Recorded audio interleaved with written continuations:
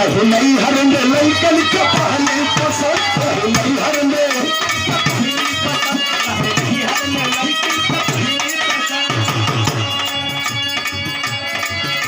जी जानी लगाई बड़ाई करीबन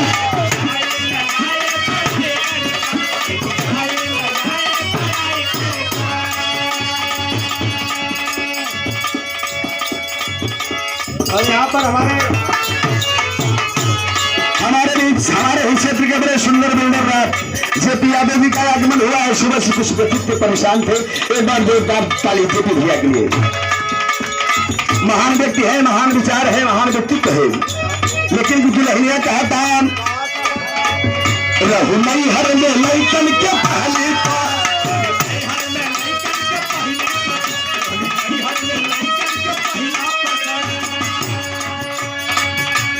जानी न जाई बड़ाई करिया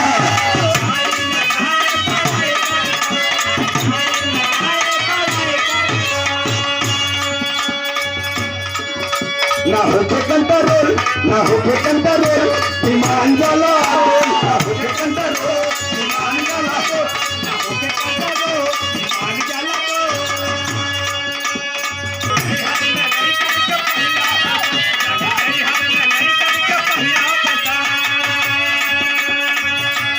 जानी लगाई बड़ाई करीबन